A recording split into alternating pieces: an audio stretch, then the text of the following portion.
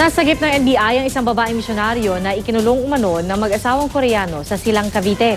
Saksi si John Consulta.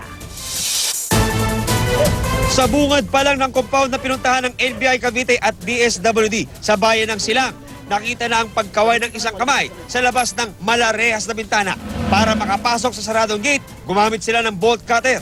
Nang makalapit, tumambad na sa amin ang 36 taong gulang na babaeng si Rosalinda Reyes na nakapiit sa loob ng kanyang kwarto. Si Rosalinda ay isa raw church missionary at ikinulong ni Sung Kwang Leng sa sarili niyang bahay matapos siyang magsumbong sa barangay dahil sa pagigipin daw na naranasan niya sa kamay ng Koreano at asawa nito.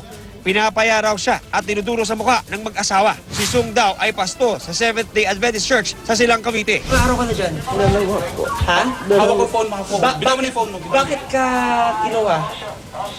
Bakit ka ganyan? Galit po sila kasi sa akin.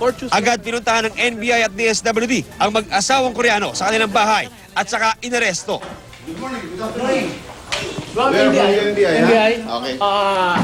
Mariing itinanggi ng Koreano na siya ang nagkulong sa biktima. She said that you locked her inside the room Oh. for 2 days. It's a lying. That's a lie? Lying.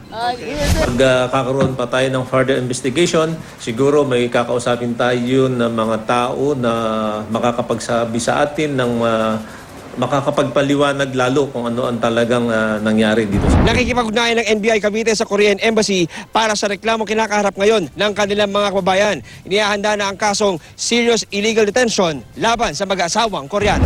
Ako si John Consulta, ang inyong saksi.